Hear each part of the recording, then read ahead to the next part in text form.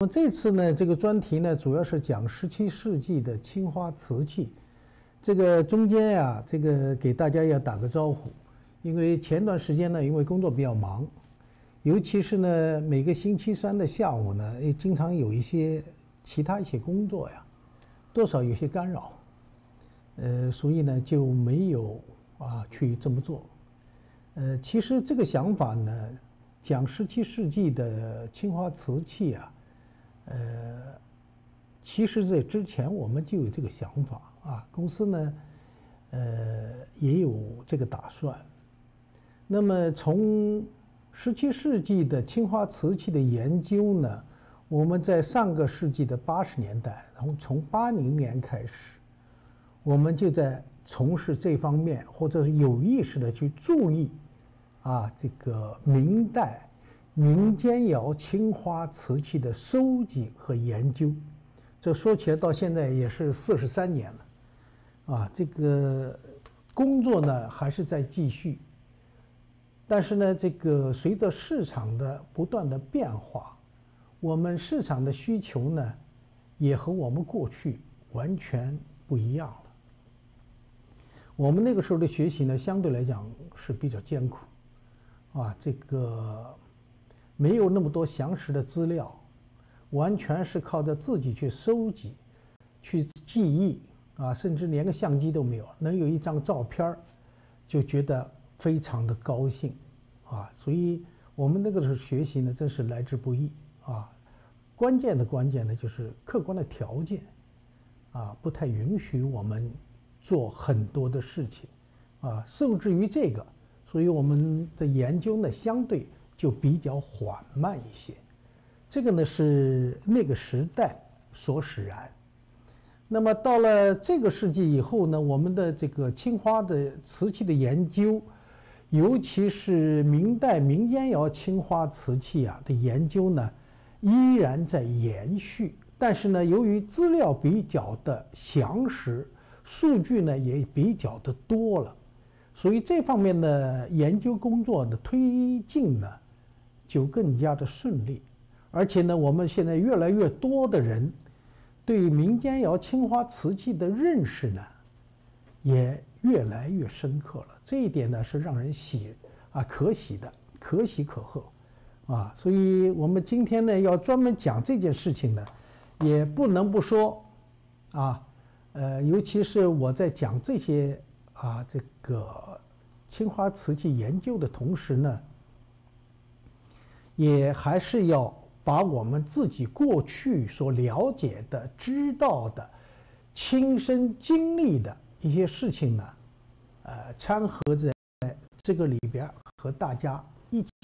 来分享。因为我们希望，尤其是作为我个人来讲很希望把我们这些知识告诉大家，把这个历史呢告诉大家，希望我们镜头前的朋友能够知道过去，能够了解过去，能够珍惜我们现在来之不易的现在的这种客观的非常优越的条件。这一切呢也将来仰仗于我们镜头前的诸位朋友把我们过去的一些东西能够再传承下去。因为我们自己每一个人的经历是不一样的比如说像我个人，我过去的经历和了解的一些知识呢，可能和别的人有所不同，但是呢，我希望我们的不同最后能汇总成一个完整的历史，再传承给我们下一代。这个就是我们这一代人的期盼也是希望呢，我们镜头前的朋友呢，能把我们过去的东西能够做一了解这个呢，也是我想我在讲这个之前呢，想和我们镜头前的朋友们所要交流和沟通的地方这个希望大家呢能够在这方面能够多听一点我们过去的一些事情了解一下这一段历史不是像我们现在信手就拈来这个东西怎么样，那个东西怎么样来加以评论我觉得这个过去我们还是想到这个我们历史上的一些人物比如说，苏联过去的列宁，他曾经有一句名言，叫“忘记了过去，就意味着背叛”。作为历史的知识和我们文化的传承，每一件东西、每一个符号，都代表了那个特定时代的它的特定的信息。这个呢是希望我们每一个人去要了解的、知道的啊。这个呢，我想在这儿再跟大家呢先多说几句啊。目的就是一条，就是我们学什么，目的要明确。另外一个呢，就希望我们每一个人就像海绵一样，把知识啊，要能够勇于的把它接纳，然后再去消化啊。这个呢是我想在讲之前一定要告诉我们镜头前的所有的朋友啊，希望大家能够做到这一点。好，我们底下呢就开始我们今天的关于17世纪青花瓷器的这么一个课题的演讲。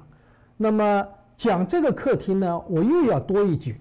啊，多句什么呢？就是我所选择的这个课题啊，可能和其他的一些老师啊讲的还略有些不一样。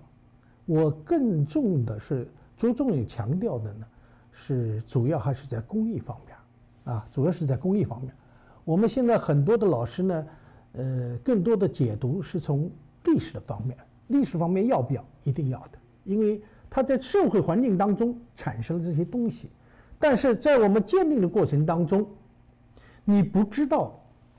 它生产的工艺，不知道它使用的什么材料，那么这样的东西呈现在我们面前的时候，我们如何去解释它？刚才我还和一位朋友在跟我聊这些事情的时候，我也是跟他这么说啊。你有很多东西呢，不仅仅我们看表象的，对吧？表象的这些东西呢，你可以阐述它，但更深入的如何去了解它呢？去阐述它呢？这就是你一定要懂得这方面的专业知识。这样的话，才能把话说清楚。我们不能永远像浮萍一样浮在水上面，一定要深入进去，了解其内涵，才能把一个问题解释清楚。啊。这个呢，就是我在讲这个专题的时候呢，可能我的侧重点和别人不一样啊。那么好，我们现在呢就讲这个专题。那么讲这个专题的时候，我首先要强调的就是，我们中国人在研究17世纪青花瓷器的时候呢，和我们国外的一些专家相比较，我们是落后的。这个你看，我开头就把话讲清楚，啊，为什么会落后呢？我们后面就会把这个落后的原因告诉大家。因为我们真正研究17世纪甚至更早的一些东西啊，往往是在我们80年代以后，在这个之前，的确有很多的难处，啊，受限于很多的问题，所以不能够非常深入的、透彻的去了解、去研究。好，我们先来讲一下啊，因为我们中国的陶瓷呢，之所以17世纪要把它讲清楚，我们首先要了解中国陶瓷在对外出口的这种重要性啊，因为我们都知道，中国陶瓷呀，到了这个明晚期以后大量出口，而且呢，其中比较有名的一个公司啊，叫荷属东印度公司，它在这个当中起到了很大的作用。我们那个时代大量的瓷器啊运往海外，啊，那么当然除了他们以外，另外呢还有通过其他的渠道啊。经过漫长的海上运输，那么在历经惊心动魄的远洋之旅之后，这些东西到达了欧美各国。这个我想呢，大家已经很清楚了。那么由于瓷器它自身的这个特性，素肌玉骨，沉静典雅，然后呢胎体又比较细腻而且坚质，器型各异。那么同时呢，釉面又是匀净、滋润、光滑，如冰似玉。这一点是受到了欧洲各国的王公贵族的喜爱，包括各国的那些顾客们。所以，由于我们这些东西的大量外销，所以受到了各国的重视。那么，这是我们讲的其中的一点。另外还有一点，由于这种东西啊，刚才我们前面讲的是历经了惊心动魄的远航才到那儿去的，而且这个数量又极其有限，所以这种东西呢是弥足的珍贵。那么在欧洲国家能够有一个非常精美的中国陶瓷，在这个贵族和皇气他们这些人当中，这不仅仅是一个财富的象征，也是一个社会地位这个显赫的标志。这个呢，就是我们讲17世纪的时候，一定首先要了解这个国际的大环境，尤其在国外这个大环境底下，我们这么多的这个达官贵胄们，他们之所以喜欢，是有原因的。而且呢，他们又由于条件比较好，所以经常可以在一块交流，相互竞相收藏在那个时代，它是比较的时尚。原因很简单，中国陶瓷那个时候在欧洲市场当中，那是一个非常重要的奢侈品，非常贵重这个我想呢，举2个例子这个说明在欧洲这个国际大环境当中，尤其在欧洲，它受到人们的追捧达到了一个什么样的地步。我举2个例子给大家讲一下。第一个这个呢就是这个案例非常有意思，但是呢也说明问题。就是公元1717年的4月19号，也就是我们清代康熙56年，波兰国王叫腓特烈·奥古斯特2世，他是神圣罗马帝国的萨克森选帝侯，外号叫强力王，是这么一个人。这个人呢，他非常有意思，他爱江山，爱美人，但是他也爱艺术。这个波兰国王奥古斯特2世，那么他同样也是一个不折不扣的中国瓷器的忠实的铁粉，现在叫铁粉，就是个粉丝，就是痴迷这个东西，尤其对青花瓷是更有情有独钟。只要是精品，他就不惜一切代价，一定要把它搞到手。这个就是这个一个国王对中国青花瓷器的他这种痴迷，就达到了这种程度，就非常有意思。但是呢，在这个同时，邻国普鲁士国王他的妃子就是威廉的妃子叫索菲亚·夏洛特王后。这个王后呢，人家是一个多才多艺的、受过良好教育的这么一个女士。那么她热爱音乐，热爱戏曲，同时呢也喜欢哲学。这个呢和那个时代是比较吻合的比较吻合的。那么另外呢还有一个狂热的爱好，就是这个夏洛特王后，她就是爱好收藏中国的瓷器这个所以就非常有意思刚才我们前面讲到那句话，就是在欧洲，我们这些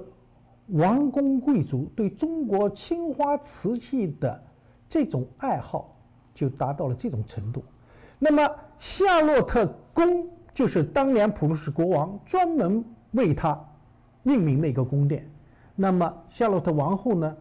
她就把这个中国青花瓷器啊，几乎每一个房间里边都可以看到来自中国17世纪的这种瓷器的装饰品。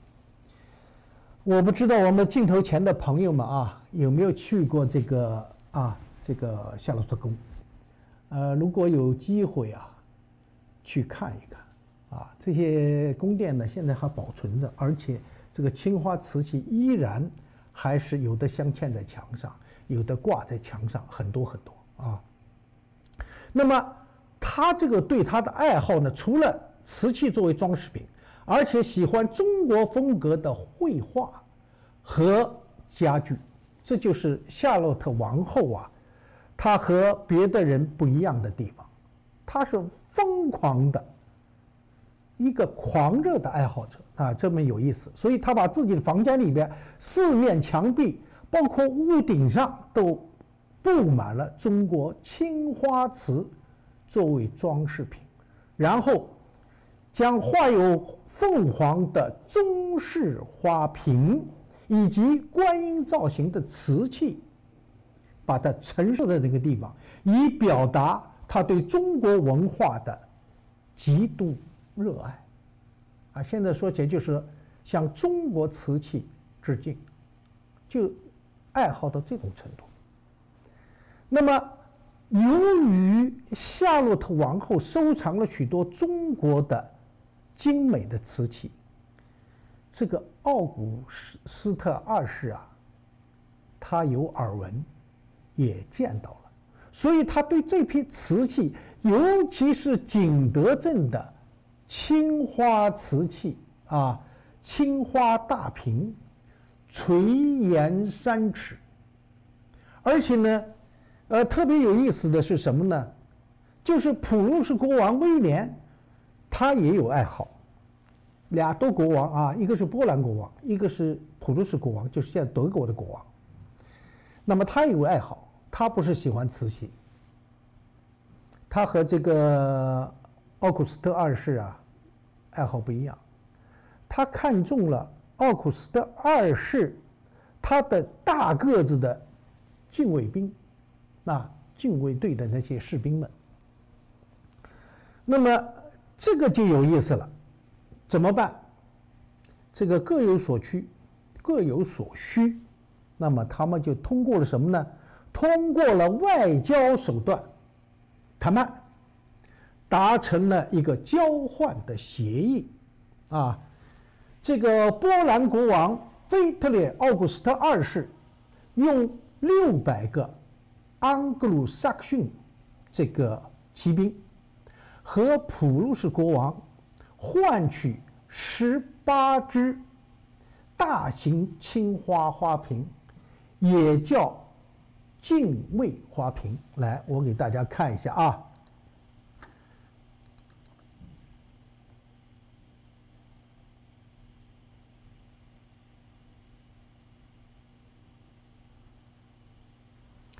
这个就是我们看到的啊，这个就是波兰国王腓特烈·奥古斯特二世啊，他的一幅油画，就是这位仁兄啊，就是这位仁兄。这是一幅油画，另外一个幅啊，他是骑在马上的。这个是爱江山、爱美人、爱艺术的一个国王啊。他要什么东西呢？他就想要这个大花瓶。这个我们大家如果说经常出国的啊，或者是我们从事这方面经营的一些朋友，我相信大家可能应该可以看到，这种大花瓶尺寸多少呢？尺寸在1.1米到1.2米这么一个尺寸，瓶很大，青花的啊，大家看一下。像这种大瓶，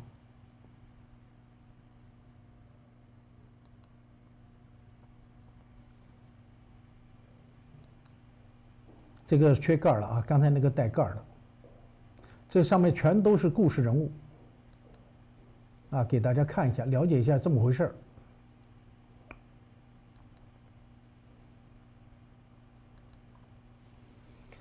基本上都属于这种尺寸的啊，尺寸比较大啊，尺寸比较大。好，这个就是我们要给大家了解的这个东西啊。那么这个协议啊一达成，那么这就成了这个世界外交史上罕见的，用600个这个卫兵换18个刚才我们看到的这个青花大瓶。这个在当时来讲，这简直是个奇闻，在现在这个世界外交史上也是个奇闻，从来没听说过还有这种事情。你想，600个安格鲁萨克逊的骑兵啊，换了就有18个大瓶，各取所需，各有所要啊，这个开心的不得了啊！我这终于换到了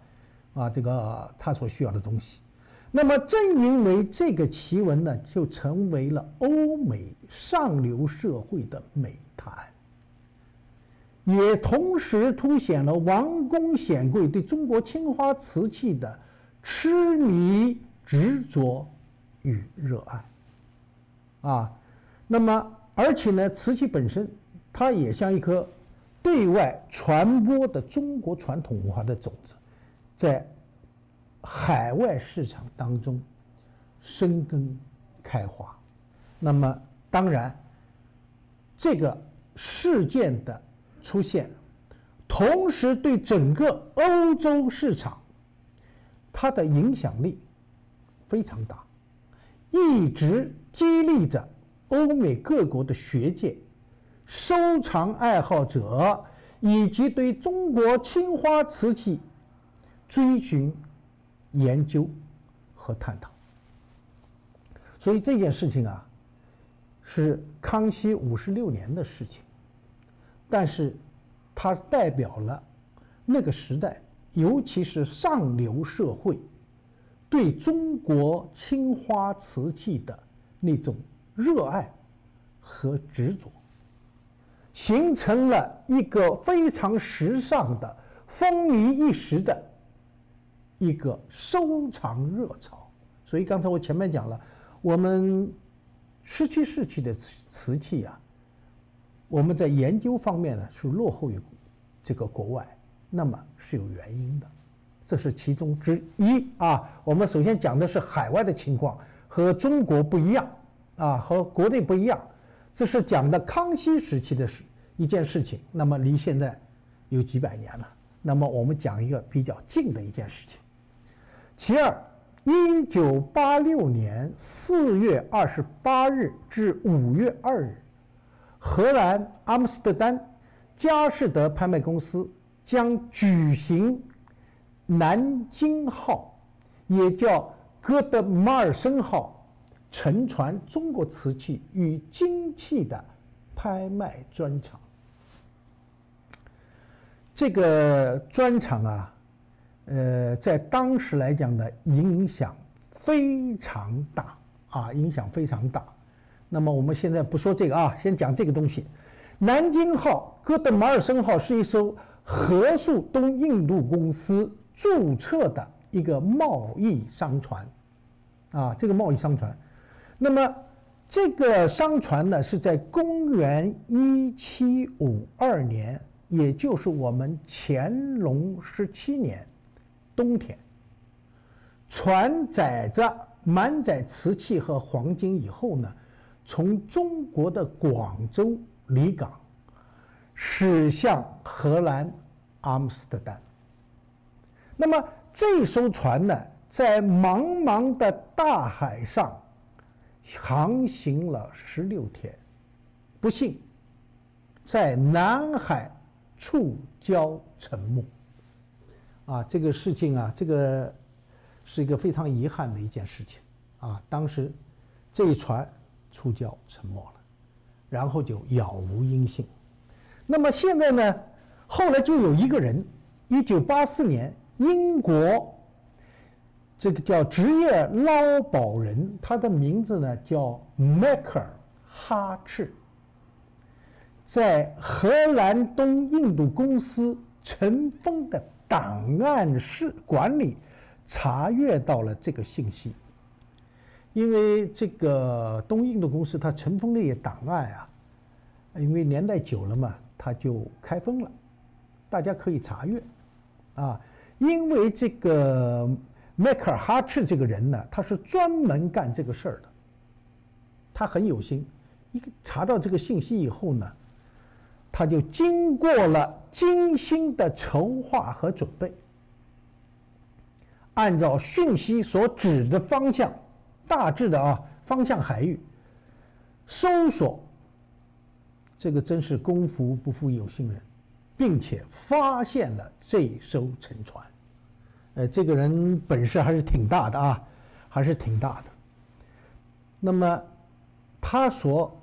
好就好在哪儿呢？他们有先进的这种打捞设备，先进的打捞设备。从这艘沉船当中打捞出多少呢？打捞出水23.9万件青花瓷器，包括125块金锭。大家想想，这个23.9万件，你可想这个船有多大？其实23.9万件是完整体，残破的，通通都没捞，把所需要的全部捞上来，然后他悄悄地拉到公海。大家注意啊，这些人他的法律意识很强，因为他做的这个事情，大家要注意，他是违法的。这个哈赤这个人通过打捞中国瓷器，他发了很大的一笔横财，而且都是违法的。就像我们讲这个是盗墓的盗墓贼一样，但他不是中国人，他是外国人。那么有人要问了，那这个是注册的是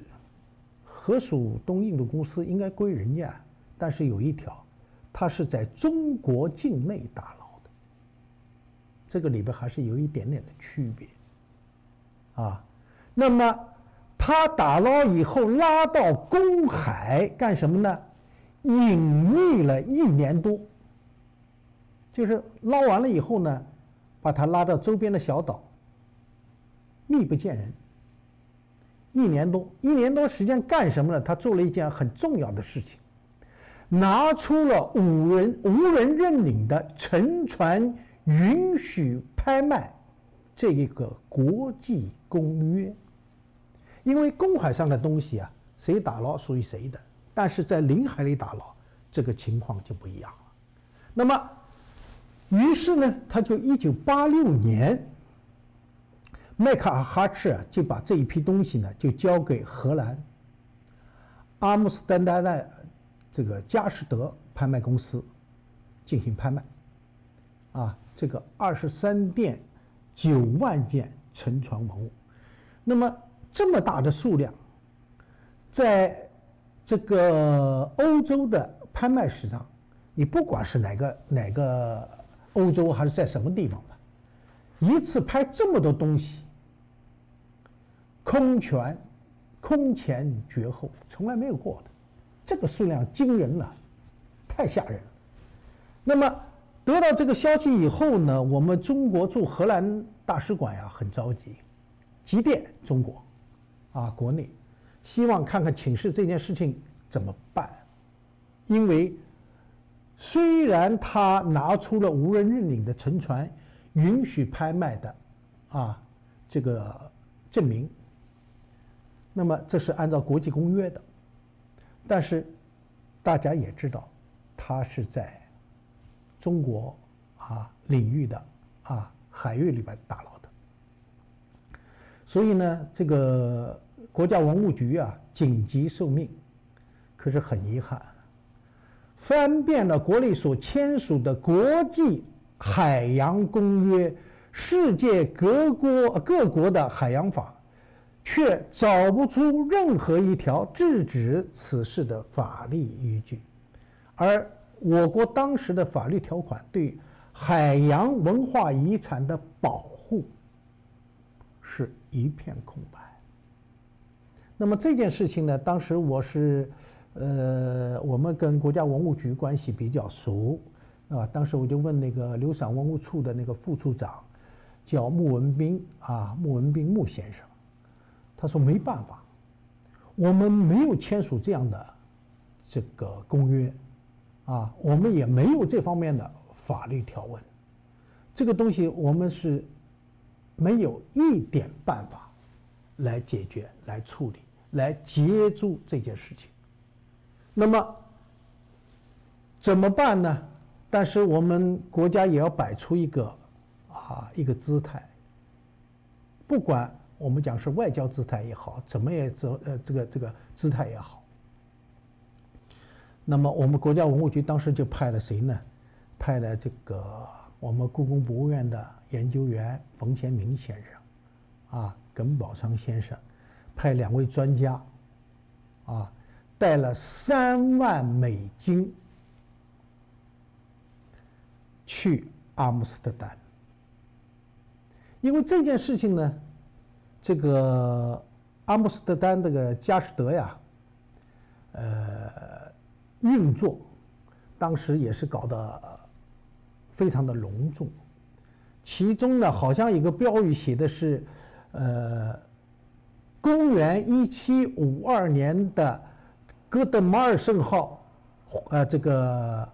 回到了阿姆斯特丹，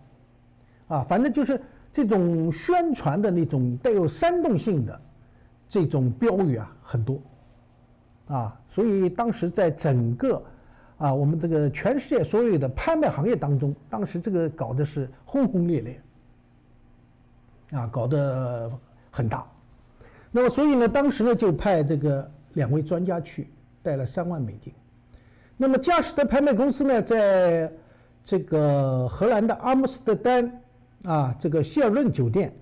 2楼大厅里边声势浩大的举行。因为这23.9万件东西啊，它摆了2层楼，啊，从这个1楼摆到2楼，啊，这个过道上、地毯上，反正到处都挤满了这种趋之若鹜的世界各国的这个买家。因为这么大的规模，这么多东西，而且是从海里打捞出来的，很多人没有见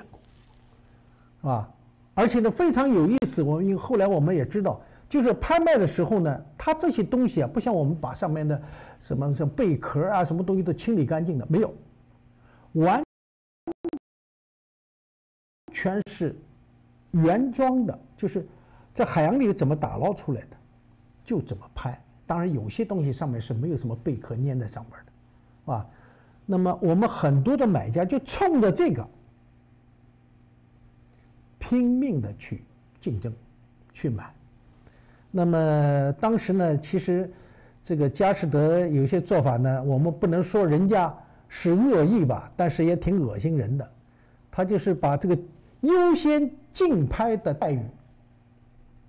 ，1号竞争的这个1号牌交给中国人，也就是交给冯先生、耿先生，你们有优先权，这个1号牌你随时举，懂吧？那么在这个整整的5天的这个拍卖过程当中，中国人就是我们这2位老先生，连1次举牌的机会都没有。每一件东西的起拍价格都在估价的10倍以上。这个我们曾经我曾经问过耿先生，我说耿先生这次去了以后，这些东西怎么样？他说这东西没办法，1件都没有举到，这个价格难以置信，我们手上的钱也只有这么多，根本就不够举的，所以当时还没来得及举，价格已经飙升的非常厉害了，比如说一件青花粗瓷缸拍出了$5251，一套144件青花瓷组合而成的成套餐具，能够拍到多少呢？334156块钱，所以这个叫价是一路飙升，所以我们老先生带那个钱怎么可能够用呢？是吧？所以就在这么几天里边，20多万件东西，眼睁睁的就看到花落人家了，这没办法了，啊，真的是没办法。但是呢，你可以想象这个拍卖的场面，而且你要想想，23.9万件，5天之内全部拍掉，这种场面啊，是难以置信的。后来呢，我们有些香港的一些收藏家，听说这件事情以后呢，尤其是我们天明楼的葛世翘、葛世科先生，后来呢就给就给故宫捐了几件东西，说这样吧，故宫既然没买到，我们就捐几件吧，捐几件这些东西去，那么所以呢也算是故宫也有那么几件这个歌德马尔森号上面的这个沉船里的瓷器就是这么一个情况。那么这件事情呢，其实对于我们国家来讲呢，其实刺激是很大的刺激很大的。那么后来是我们国家相关的政府，那么召集我们文物部门、司法部门以及海关进行这个专门召开了一些座谈会。然后呢，从那个时候开始，就着手立法然后呢，也着手筹建中国水下考古队。当时是以我们中国历史博物馆抽调了一批人来组建这个水下考古那么这件事情呢，虽然是一件坏事情，但同样也是由于这个麦克哈赤这个人他的所作所为，也促使了我们这个国家的水下考古这个专业队伍的诞生。所以事情呢，我们想是一分为二的，就他让我们感到伤心的地方，但同时也使我们觉醒要立即纠正我们的这个不足的地方，来及时的弥补我们的缺憾。那么我举过这个2个例子以后呢，是告诉大家是什么呢？就是通过这2件事情告诉我们镜头前的朋友，我们中国在17世纪青花瓷器的研究、收集这些方面呢，过去我们是有缺憾的，有很多地方是不足的那么我底下再说那么在这个2个案例当中呢，就告诉大家一个一个特殊的情况，就是在海外，我们中国陶瓷是受到这么多人的追捧的，所以在研究方面，外国走到了我们中国的前面去了这个呢也是一个特殊的一个情况这个呢我们大家应该了解一定要了解。这个任何事情的发展都是有它一个内在的原因的这个呢2个例子，所以我在讲这个17世纪青花瓷器的时候呢，一定要把这个例子告诉大家，说明在国际上，在欧美国家，它的这个环境，大环境是非常适合于他们那个收藏的适合于他们收藏的，因为他们有这么一个传统这是我要讲的这个第一个问题第一个问题。那么到了20世纪初期这个经过了第2次的工业革命的欧洲，社会繁荣，经济发达，尤其是部分的资本家、企业家、社会的精英，出于自身的呢，一个是喜欢爱好，与一些欧洲国家的收藏爱好者以及相关的专家学者，组织了例如像东方陶瓷学会一样的这种民间学术研究组织。这个问题这个我不知道我们镜头前的朋友是了解不了解这些情况。这个我们海外这个很多的研究机构它不一定是我们专业机构，有很多就是我民间的这些组织。你像东方陶瓷学会，这就是一个民间组织，就是一些收藏爱好者。当然，这些收藏爱好者是有一个特殊的前提，就是他们有能力、有实力有精力、有时间，能够凑到一起来进行对这一方面的深入的探讨和研究。如果说他们这个食不果腹、衣不蔽体，那这种可能性是不存在的。所以我们讲20世纪初有海外的这些专家学者的研究就已经开始了。所以像这些民间研究组织包括一些专家，着力于对各国生产的陶瓷进行研究探讨，而且此时对中国青花瓷器的研究呢，已经在世界各国悄然兴起。这个兴起它没有人去限定它，就是一些爱好者，就是这些痴迷的铁粉们，大家凑到一起，一个圈一个圈的就在悄然的在开始研究了。我们底下再讲那么这个时候的中国呢，还是处在一个积贫羸弱、深受帝国主义、封建主义、官僚资本主义3座大山的残酷的剥削和压迫之下。那么这种风雨飘摇、朝不保夕的国家，他怎么可能去过问，也无力从事相关的研究。所以我们讲社会上的一些官僚买办这个富商贵胄、遗老遗少，他们相互间的仅仅就是赏玩取乐而已。那么古玩商呢这些商贩主要行走于这么世事坊间的。所以同样是一个年代，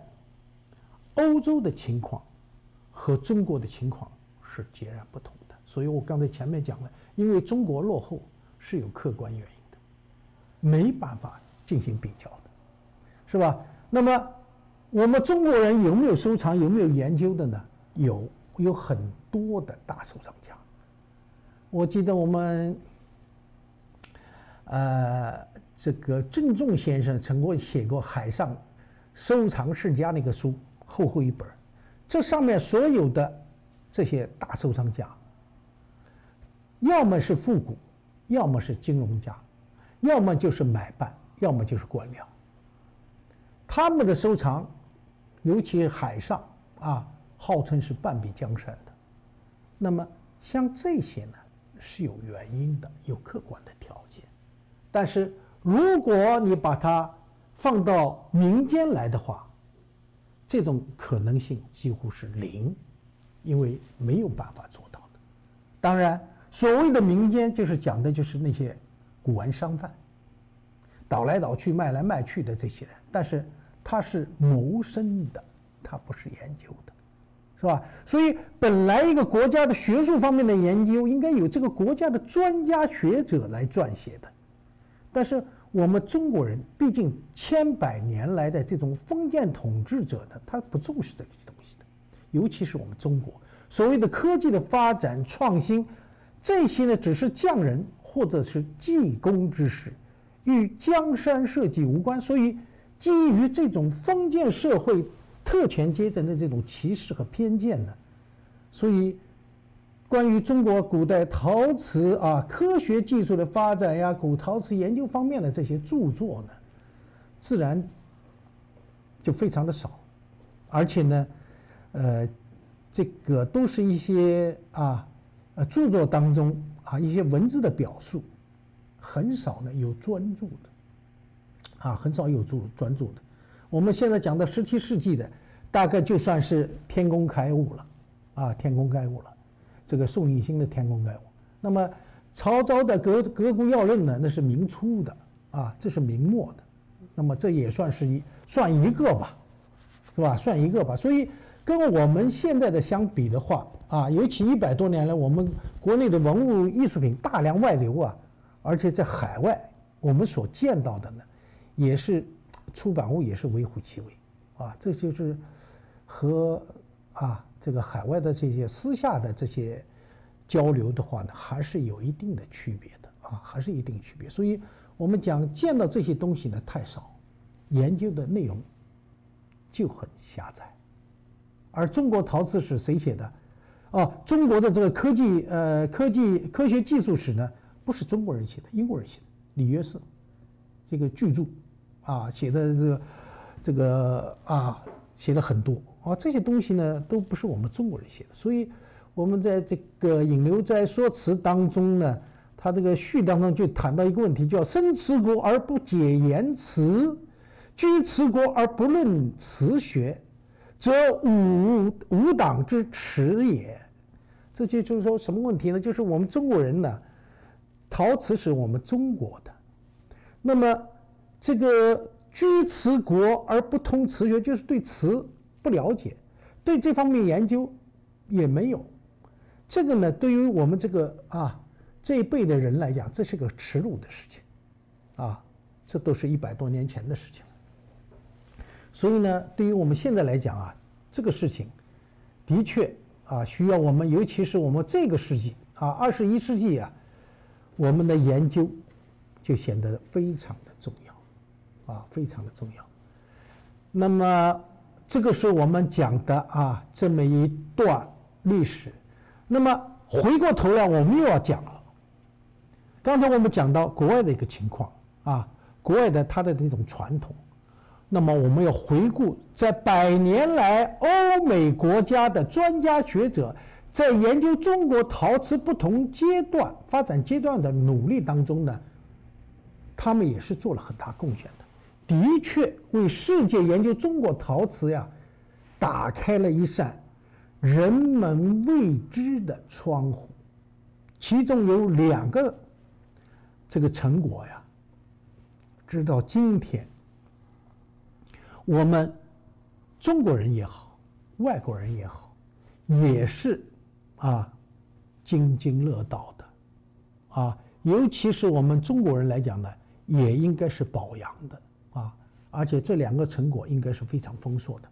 这个研究成果不是中国人，而是外国人其中第一个影响最大的，就是揭开了中国元代生产青花瓷器的历史。我们讲的青花，那么又是这个上个世纪的事情，2个成果，其中一个就是这个那么因为在这个之前呢，我们元代是否生产青花瓷器，在古代史料当中并没有确切的记载，因而在学界的讨论当中呢，一直是模糊不清的，懂吧？那么在我从事文物工作之初，我们一些老前辈就跟我们讲过，元代没有好东西的，只有坑货。所谓的坑货是什么呢？就是粗制滥造的东西。就是那些陪葬的东西不堪入目。这个里边呢体现了2个思想，第一个，这个有这种大汉族主义的思想，就是比较的排外。这是蒙族人，异族统治汉族，所以呢多少有一点歧视的，啊，这个属于鞑奴一样的，就是我反清复明啊，反鞑奴是吧？这种就是这种思想，还是有一点这个余孽在里边。这个现在来讲这是不对的。第二，对元代的历史不了解。啊，如果我们现在人说这个话，那就觉得很奇怪了，这简直是不可思议。你这种人民元青花这么漂亮，你居然说是元代都是坑货、垃圾货，什么什么不堪入目，那显然你这个是一个很无知的人。啊，但是在我们那个时候，他居然还有这种想法，这种说法，在那个时候不奇怪，啊，这个所以我讲的很多东西都是我们亲身经历的，所以要告诉大家。那么也希望大家知道，我们那个时代是有这么一个情况出现的。以后告诉我们的子孙们，啊，在上个世纪的70年代、80年代，他有这种说法的，啊，那当然之后就改观了，啊，改观了，纠正了这个错误。那么这个里边呢，就讲到了谁呢？1923年。德国的学者叫艾恩斯特·斯克曼恩，这个学者，这是个德国人，当时很活跃的啊，德国人很活跃，英国人很活跃的，啊，这个呢是个德国的学者。那么他就提及了在土耳其伊斯坦布尔，就是现在原来叫康斯坦丁堡，啊，现在叫伊斯坦布尔。它有一个叫托普卡比萨莱伊宫博物馆，这个萨莱伊啊是大炮的意思，啊，大炮之门，啊，这个它的翻译应该是译成这样，因为这个伊斯坦布尔呢正好是在这个亚洲和欧洲博斯普鲁斯海峡它的欧洲一侧。啊，他这个地方建了一个宫殿，啊，他把它翻译成叫萨赖伊，啊，萨赖伊宫。那这个宫呢，后来就变成了博物馆。那么这个博物馆里边收藏了中国的瓷器啊，这个斯克曼恩呢，当时就提到了，说是收藏的瓷器惊人，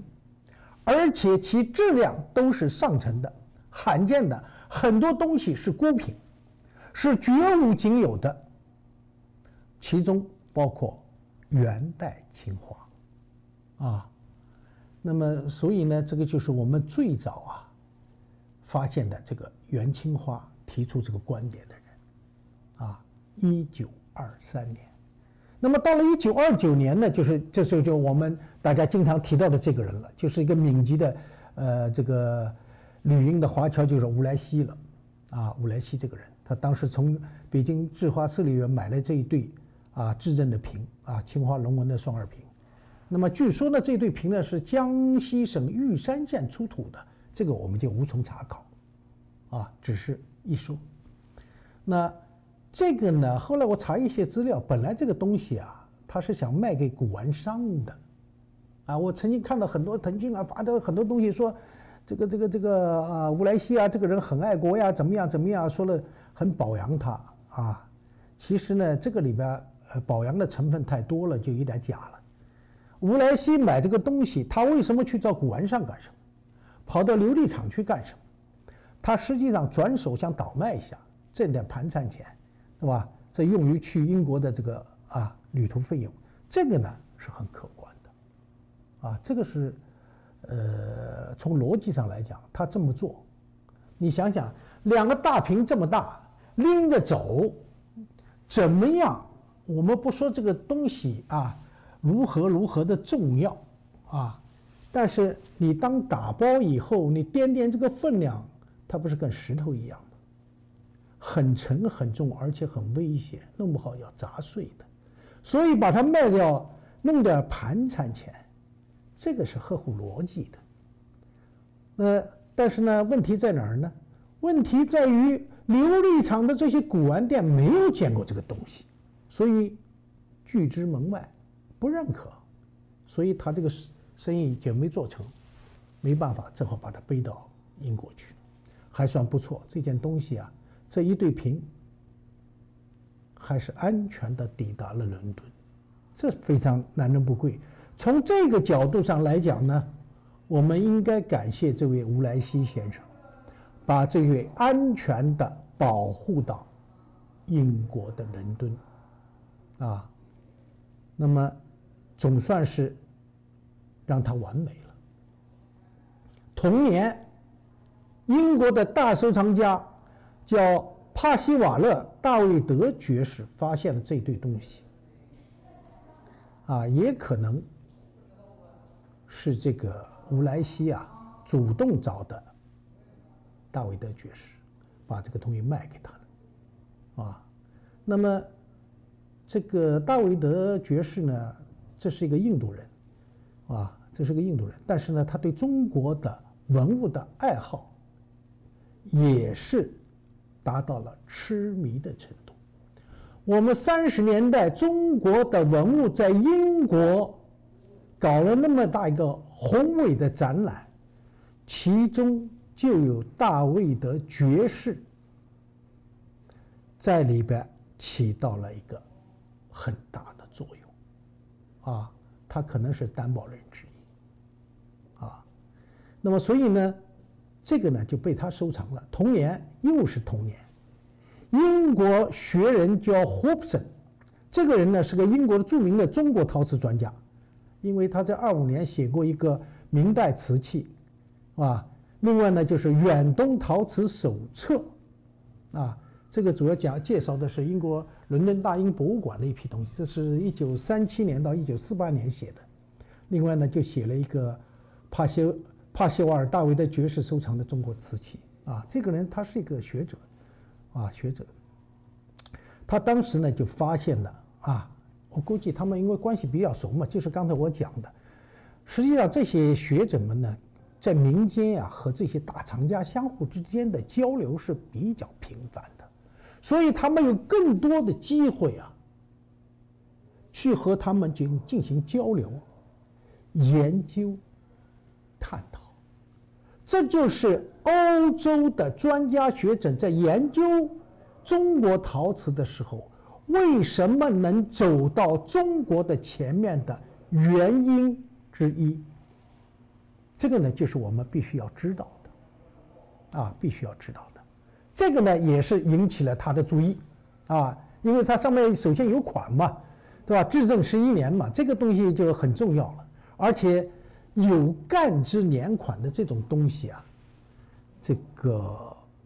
元代有，再往前有没有也有，这个我们17世纪青花瓷器的研究曾经有一段时间究竟是崇祯的还是康熙的天启的，搞得很纠结这个干支年款。那么按照我们的逻辑来讲呢，干支年款一般来讲它是比较准确的。你像他这个写的至正11年，是吧？这个干支年款基本上就定下来了，没得错。这个年代是公元1351年，那么这个呢，因为比较明确，他写的是至正11年。比如说用什么辛酉什么癸卯癸丑这个东西呢，相对难度就要比这个大一些这个呢，也是我们讲，当时呢，这个 Hobson 呢，他注意了这一点，也关注了它。那么到了上个世纪的50年代，美国弗里尔美术馆的馆长叫约翰亚历山大·波普博士他到伦敦大卫德这个中国文化基金会看到了这一对瓶以后